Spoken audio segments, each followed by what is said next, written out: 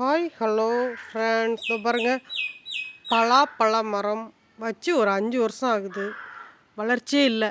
மரம் நல்லா நிழலில் மாட்டினதுனால மரம் வளர்ச்சி அடைய மாட்டுது. அப்படின்றதுனால இப்போ மீன் கழிவு, இறால் கழிவெல்லாம் இருந்ததுன்னா, இறால் அஞ்சிட்டு இந்த மாதிரி இறால் தோல் அந்த இது மண்டையெல்லாம் இருக்குல்ல, அதெல்லாம் இந்த மரத்துக்கு அடியில் அப்படியே ஒரு குழியை போட்டு தோண்டி புதைச்சிட்டோம்னா அது மரத்துக்கு உரம். மரத்துக்கு உரம் எப்படி வைக்கிறோன்னு பாருங்கள். அது அப்படியே கொஞ்சமாக இந்த இடத்துல மரத்து பக்கத்துலேயே தோண்டிட்டு பாருங்கள், இதை போட்டு அப்படியே மூடிட வேண்டியதான். இறால் தோல்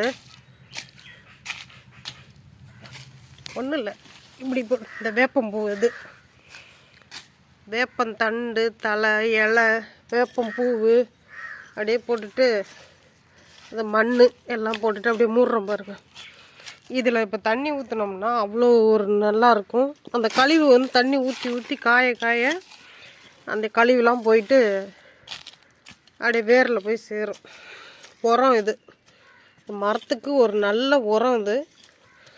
இதை உங்கள் வீடுகள்லேயும் இறால் ஆஞ்சி கழிவு இருந்தால், மீன் ஆஞ்சி அந்த கழிவு இருந்தால்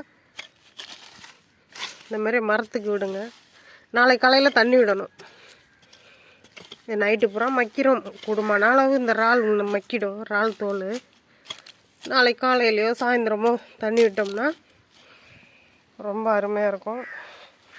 ரொம்ப நாளைக்கு பிறகு பலா மரத்துக்கு விட்டாச்சு, உரம் விட்டாச்சு. பாருங்கள், லைக்